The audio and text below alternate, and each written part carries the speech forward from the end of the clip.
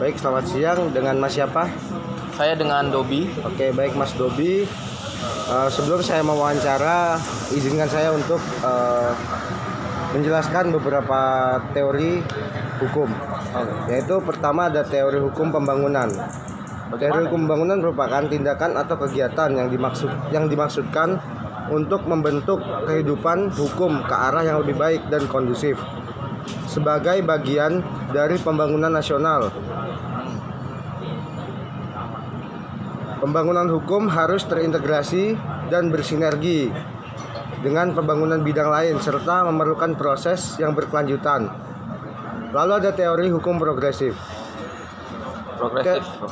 Teori hukum progresif merupakan pemikiran perkembangan hukum yang digagas oleh Profesor Sajipto Raharjo yang berpandangan bahwa hukum dibentuk untuk manusia, bukan manusia untuk hukum. Dasar pemikiran beliau bahwa kajian hukum saat ini telah mencapai ekologi dalam yang mendasar pada pemikiran antroposentrisme. Teori hukum yang selanjutnya ada teori hukum integratif. Teori hukum integratif ini menyatakan bahwa hukum pada hakikatnya terdiri dari 3 unsur, yaitu sistem norma, perilaku, dan nilai. Dengan tripartite character of Indonesian legal theory of social and bureaucratic engineering. Baik, selanjutnya saya akan melontarkan beberapa pertanyaan. Yang pertama, bagaimana pendapat Anda mengenai pembuatan produk hukum di Indonesia? Ya, bagi saya pembuatan produk hukum di Indonesia itu kadang paradoks ya. Saya lebih setuju tadi dengan teori progresif yang digagas oleh Sajipto Raharjo. Itu dosen favorit saya dari Undip ya. Jadi manusia itu untuk hukum, bukan hukum itu untuk manusia, bukan manusia untuk hukum. Itu saya sangat setuju sekali. Tapi kalau kita melihat dalam pembuatan produk undang-undang, produk hukum, ada paradoks di situ. Terkadang kita ambil contoh seperti undang-undang penghapusan kekerasan seksual, undang-undang PKS. Itu sejalan dengan teori progresif tersebut karena memang marak sekali kasus kekerasan seksual pada saat itu. Dan situ kita patut apresiasi terhadap legislator kita. Namun apabila kita melihat RKUHP secara spesifik pada pasal penghinaan presiden, di situ ada delik bahwa presiden wakil presiden itu diberikan legal standing untuk memberikan laporan, untuk membuat laporan terhadap warga negaranya sendiri terhadap penghinaan. Padahal alasan saya untuk menolak itu adalah karena memang tidak elok rasanya apabila presiden dan wakil presiden diberikan legal standing seperti itu, karena kita tidak bisa memungkiri bahwa bisa terjadi persekusi terhadap warga sendiri. Memang betul ada perbedaan antara penghinaan dan kritik. Cuma yang kita takutkan dengan adanya pasal ini, kritik tersebut bisa ditafsirkan secara luas sebagai tindakan penghinaan. Itu. Baik, karena sudah menyertakan alasan, kita langsung ke pertanyaan selanjutnya. Bagaimana pendapat Anda tentang penegakan hukum di Indonesia? Oke, baik. Terkait dengan penegakan hukum, kita bicara terkait dengan aparat penegak hukumnya. Begitu ya. Memang kita tidak pungkiri, sedang banyak sekali isu yang akhir-akhir ini berkembang, harus viral dulu baru diproses secara independen dan akuntabel. Itu adalah masalah aparat penegak hukum kita sekarang.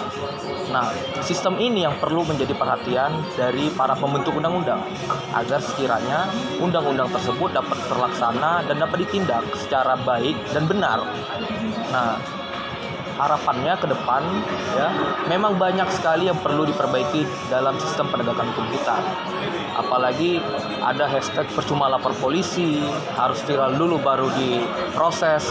Nah, ke depannya kita mengharapkan penegakan hukum yang modern, yang tidak berpihak kepada siapapun dan lebih independen dan akuntabel. Mungkin itu aja yang bisa saya sampaikan. Baik, lalu apa alasan Anda?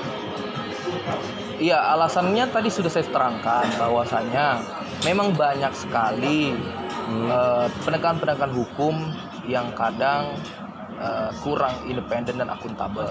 Artinya masih banyak proses pendidikan hukum yang tidak sesuai dengan prosedur. Kadangkala di berbagai daerah-daerah kecil ada orang yang sudah melapor tapi tidak diproses. Ada yang terlalu berpihak kepada orang-orang yang besar, orang yang tinggi, orang yang punya kekuasaan. Nah, itu adalah problematika dalam penegakan hukum. Harapannya ke depan bisa menjadi lebih baik. Mungkin seperti itu. Baik, terima kasih atas waktunya Mas Dobi. Kurang lebihnya mohon maaf. Selamat siang Mas Dobi. Selamat siang, terima kasih Mas Indra. Terima kasih. Baik, selamat siang dengan Abang siapa? Ramadan. Oke, Bang Ramadan. Saya akan melontarkan beberapa pertanyaan mengenai hukum. Yang pertama, bagaimana pendapat Abang sendiri mengenai pembuatan produk hukum di Indonesia? Kalau menurut saya, kalau lazimnya itu menurut undang-undang secara tegas-tegasnya menentukan bahwa DPR memegang kekuasaan pembentukan undang-undang yang disahkan oleh MK. Lalu apa alasan Anda? Alasan saya ya seperti yang terjadi saat ini, seperti yang saya lihat, misalkan saya lihat dari rapat-rapat DPR yang terjadi di stasiun televisi atau media sosial dan lain-lain. Baik, selanjutnya mengenai pendapat Abang sendiri nih tentang penegakan hukum di Indonesia.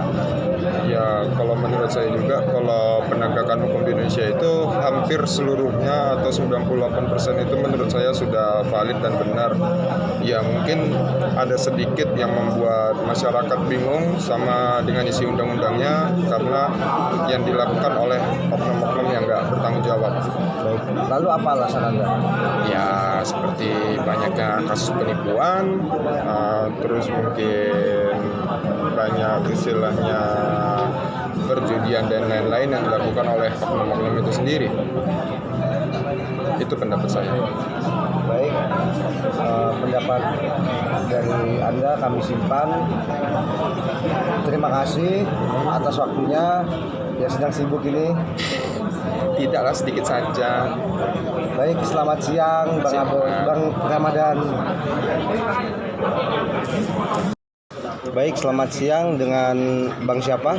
Excel Brian Sandoval. Oh, Bang Excel Brian Sandoval. Manggilnya gimana nih? Excel. Bang Excel aja ya. Baik, pada kesempatan ini saya akan menanyakan beberapa hal mengenai hukum. Yang pertama, bagaimana pendapat Anda, pendapat Abang mengenai pembuatan produk hukum di Indonesia? Ya, langsung saya jawab dulu. Boleh, langsung jawab. Kalau saya lihat, saya nggak punya data yang pasti bagaimana. Tapi kalau dilihat dari, kalau saya kaitkan dengan fenomena pengujian undang-undang di Mahkamah Konstitusi, khususnya pembentukan peraturan perundang-undangan, saya baru menemukan satu putusan saja yang permohonan formilnya, uji formil di Mahkamah Konstitusi itu dikabulkan. Yaitu kalau kita ingat udah putusan nomor 91 tahun 2020 tentang pengujian Undang-Undang 11 tahun 2020 tentang Cipta Kerja. Nah, itu saya pikir kalau diukur dari tahun 2003 lahirnya Mahkamah Konstitusi sampai sekarang, saya pikir ya cukup baik. Kenapa? Karena dari banyaknya pengujian formil hanya satu saja yang dikabulkan. Tapi tidak membuat saya berpendapat bahwa pemerintah dan DPR telah membentuk peraturan perundang-undangan yang baik, yang sesuai dengan pembentukan dengan asas-asas atau peraturan perundang-undangan yang ditentukan oleh Undang-Undang Dasar yang didelegasikan melalui Undang-Undang 12 tahun 2011, sebagaimana diubah dengan Undang-Undang 15 tahun 2019, sebagaimana telah diubah dengan Undang-Undang 13 tahun 2022. Undang-Undang 13 tahun 2022 ini muncul setelah putusan Mahkamah Konstitusi 91 tahun 2020. Jadi ada penambahan materi muatan di sana tentang Omnibus Law. Jadi ya saya pikir setelah diundangkan itu ya harus dianggap sah, dan pembentukan peraturan perundang-undangan setelah Undang-Undang 13 tahun 2022 ya metode Omnibus Law tetap sah, kecuali sebelum Undang-Undang 13 tahun 2022. Undang-undangnya kalau dibentuk dengan metode Omnibus Law tentu tidak sah sesuai dengan putusan Mahkamah Konstitusi. Kalau menurut saya itu, dan kemudian yang paling sederhana kalau saya lihat untuk menilai pembentukan peraturan perundang-undangan itu sudah sesuai atau tidak, sudah baik atau tidak, saya melihatnya dari PMK. Saya lupa PMK-nya nomor berapa, cuma ada 3 indikator yang paling utama. Yang pertama, siapa yang membentuknya, siapa yang berwenang, yaitu kalau menurut Undang-Undang Dasar pasal 20 dan pasal 5, yaitu Presiden dan DPR. Kemudian yang kedua, indikator yang kedua yaitu tentang proses pembentukan peraturan perundang-undangan. Kalau diatur di Undang-Undang 1211, bagaimana telah diubah dengan Undang-Undang setelah 2 kali diubah, itu prosesnya ada 5. Yang pertama, proses tentang perencanaan. Kedua, penyusunan. Ketiga, pembahasan. Yang keempat, persetujuan diikuti dengan pengesahan, dan kemudian pengundangan. Nah, itu yang saya pikir bisa jadi indikator apakah pembentukan peraturan perundang-undangan sudah baik atau tidak. Tapi kalau saya menilai dari data di Mahkamah Konstitusi yang dikabulkan hanya 1, menurut saya cukup baik. Tapi tidak membuat pemerintah dan DPR dikatakan sempurna dalam pembentuk undang-undang. Karena nyatanya ada yang dikabulkan oleh Mahkamah Konstitusi uji formilnya. Demikian. Lalu yang selanjutnya apa alasan Anda? Ya. Apa alasan Anda? Alasan tadi. Oh, sudah jelaskan ya. Iya. Baik, selanjutnya tentang penegakan hukum di Indonesia. Menurut Abang sendiri gimana? Penegakan hukum. Kalau saya menilai dari 2 aspek. Kebetulan saya bermasa positivistik. Saya melihat dari 2 aspek, material dan formil. Kalau material terpenuhi, maka belum tentu formilnya terpenuhi. Juga demikian sebaliknya. Nah, kalau saya lihat di praktek kebanyakan polisi, kejaksaan atau kehakiman, kalau saya lihat di beberapa pendapat ahli dan eksaminasi putusan, bahkan hakim sekalipun kadang-kadang indubio atau ragu dalam memutus perkara. Akhirnya dia ambil yang menurut dia yakin saja. Ya itu nggak masalah karena asasnya indubio pro reo. Tapi kalau dilihat dari praktek-praktek di lapangan, kalau saya lihat khususnya di lapangan, banyak penegak hukum yang mungkin tidak mengutamakan aspek formilnya. Mungkin kalau materialnya oke lah, nggak terlalu bermasalah, walaupun tetap ada masalah di sana. Buktinya banyak sekali eksaminasi putusan. Tapi dalam formilnya, contoh, saya ambil hukum pidana saja karena ini sangat krusial ya, hukum pidana. Itu bisa membuat orang bersalah atau tidak. Hitam dan putih hukum pidana. Kalau saya lihat contohnya seperti saksi. Kita mengenal unus testis, nullus testis. Kalau menurut saya itu nggak bisa ditelan mentah-mentah gitu aja. 2 saksi, 1 saksi bukanlah saksi. Karena di pasal 185 KUHP pasal ayat 2 itu memang 1 saksi bukanlah saksi. Tapi di ayat selanjutnya disebut 1 saksi itu sah jika ditambah dengan 1 alat bukti lainnya, dan kemudian hakim hakim itu yakin bahwa terdakwa lah yang bersalah. Artinya kalau dipenuhi dengan 1 alat bukti lagi, dia bisa untuk diadili. Nah, banyak penegak hukum yang kalau menurut saya ya hanya melihat ya pokoknya harus 2 saksi. Nggak terpenuhi 2 saksi, udah nggak akan mungkin proses, susah. Rata-rata kalau saya lihat di begitu, khususnya di pelecehan seksual, perkara pelecehan seksual itu sangat krusial kalau menurut saya. Ya banyak lah kasus yang menurut saya ya nggak perlu saya sebutkan karena saya nggak terlalu mengikuti kasus-kasus konkret, lebih banyak di Mahkamah Konstitusi. Baik, untuk jawaban-jawaban saya simpan. Baik, terima kasih atas waktunya Bang Excel. Selamat siang Bang Excel. Baik, terima kasih. Baik, selamat malam. Selamat malam, Mas. Dengan Mas siapa?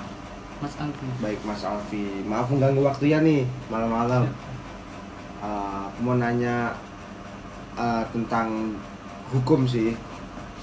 Jadi yang pertama tuh yang mau saya tanyain itu tentang pembuatan produk hukum di Indonesia. Itu menurut Mas Alfi sendiri ya, itu seperti apa ya? Menurut saya produk hukum yang ada di Indonesia seperti UU, Perpu, Perda, dan lain-lainnya itu masih kurang tepat yang ada di Indonesia. Nah, contohnya pada pasal 351 RKUHP yang isinya tentang bahwa masyarakat Indonesia dilarang mengkritisi instansi pemerintah, kepolisian, dan lain sebagainya, dan diancam pidana. Nah, itu otomatis melanggar HAM dong. Nah, Indonesia kan termasuk termasuk negara demokrasi. Nah, di mana di situ kita diberi hak kebebasan berpendapat, kebebasan berbicara dan lain sebagainya. Nah, dengan adanya pasal 351 RKUHP ini, justru ini malah merusak dari hak dari HAM itu sendiri. Nah, alasan buat saya mengapa? Karena di Indonesia ini kan negara demokrasi. Negara demokrasi dan dengan adanya pasal 351 RKUHP ini justru malah merusak dan merugikan rakyat Indonesia. Mungkin itu saja dari saya, sekian. Oke, bagus sekali pendapat dari Mas Alfi ya. Kita langsung ke pertanyaan kedua aja ya, karena pertanyaan pertama juga sudah jelas dan beserta alasan yang kuat, ya kan?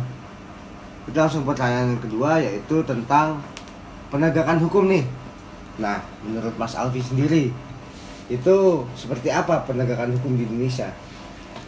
Nah, menurut saya penegakan hukum yang ada di Indonesia, nah seperti yang aku lihat-lihat ya ini, bahwa hukum di Indonesia nih justru semakin ke atas tuh dia malah semakin tumpul. Nah, contohnya seperti apa? Nah, contohnya dari kaum bawah itu seperti dari kaum contohnya seorang nenek yang mencuri kayu. Dia hanya mencuri kayu, tapi dihukumnya 1 tahun hingga beberapa tahun. Nah, sedangkan adalah dari beberapa pejabat yang dari kaum atas, dia korupsi yang merugikan bangsa Indonesia, malah dihukumnya beberapa bulan. Dan seperti yang kita lihat dari penjaranya justru malah lebih mewahan yang dari kaum atas. Nah, justru ini malah melawan dari Pancasila sendiri, dari sila kelima, keadilan sosial bagi seluruh rakyat Indonesia. Jadi di mana letak keadilannya? Nah, dan Indonesia ini kan termasuk negara hukum. Nah, dengan adanya kasus-kasus tersebut, jadi lantas di mana dengan kesamaan derajatnya, kok malah yang kaum atas dia malah lebih enak, malah kaum bawah malah semakin menderita. Berarti tidak ada keadilan ya di sini. Iya. Terus? Udah. Mungkin itu aja. Oke. Oke, terima kasih Mas Alfi dengan jawaban-jawaban yang bagus. Terima kasih untuk wawancara malam ini. Mohon maaf mengganggu waktunya. Selamat malam Mas Alfi, selamat istirahat. Selamat malam juga. Terima kasih. Baik, selamat malam dengan Mas siapa? Malam Mas, nama saya Justin. Oh iya, Mas Justin ya. Jadi Mas Justin, maaf mengganggu waktunya malam-malam nih. Oke. Jadi saya sedikit ingin bertanya untuk wawancara nih. Oke Mas. Menurut Mas Justin nih, tentang pembuatan produk hukum di Indonesia nih seperti apa? Oh oke. Produk hukum sebelumnya yang saya ketahui itu seperti kayak kitab undang-undang pidana, perdata, perda dan perpu dan lain-lain lah Mas. Oke. Nah, kebetulan saya orang awam kan. Jadi saya kurang begitu paham tentang itu. Nah, saya juga pernah dengar seseorang ahli teori hukum itu berkata hukum itu untuk manusia, bukan manusia untuk hukum. Itu menurut pendapatnya Sajipto Raharjo. Oh, oke. Thank you Mas. Oke. Kata Pak Sajipto Raharjo seperti itu kan. Nah, jadi dilihat dari hukum-hukum yang ada sekarang, itu untuk masyarakat Indonesia itu ada yang kurang adil Mas. Nah, kemungkinan begitu aja Mas, soalnya saya belum terlalu paham gitu tentang hukum ini. Berarti itu kayak pembuatan produk hukumnya itu masih kurang tepat lah ya. Iya mas. Masih tumpang tindih Ya. yang masyarakat juga tidak merasa diuntungkan. Oke mas. Terus yang bagian pejabat pun merasa terlindungi dengan adanya hukum. Nah, Jadi itu tadi pendapat yang bagus juga tuh tentang Sajib Raharjo. oke mas. Kalau hukum itu hukum itu untuk manusia, Manusia, bukan manusia untuk hukum. yes. Nah, saya mau lanjut nih ke pertanyaan kedua nih. Oke. Langsung saja ya. Ya mas. Karena sudah malam juga. Jadi saya mau bertanya nih tentang penegakan hukum. Menurut Mas Tama nih, penegakan hukum di Indonesia ini seperti apa? Oke. Penegakan hukum di Indonesia menurut saya itu gimana ya? Yang atas tuh lebih dilindungi timbang yang bawah, Mas. Maksudnya yang atas dan yang bawah itu, Mas. Yang atas itu kayak seperti orang-orang pejabat atau orang-orang punya jabatan tinggi gitu. I see. Nah, yang bawah itu seperti kita-kita nih. Kaum masyarakat biasa gitu. Nah, sewaktu-waktu saya pernah baca di sosial media, apalagi anak remaja kan, sosial media banget ya. Sosial media tuh ada kasus kakek-kakek hidup sebatang kara. Dia tidak punya tempat tinggal, sebatang kara lah. Dia itu terpaksa mencuri lauk di pasar untuk dia makan, karena dia namanya hidup sebatang kara kan belum tentu juga sehari bisa makan atau tidak ya mas. Iya. Nah itu tertangkap, kemudian dipenjara berapa tahun gitu, pokoknya tahun mas. Mungkin setahun atau 2 tahun gitu ya. Dalam hitungan tahun lah ya. Tahun mas, ya.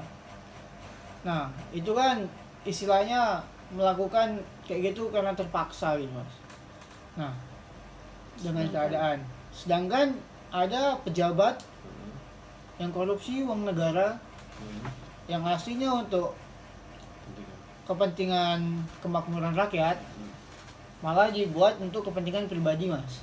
Nah itu malah hukumnya sebulan 2 bulan, bahkan rumah tahanannya pun VVIP mas. Berarti di rutan sana, di penjara itu ada tingkatannya juga berarti ya?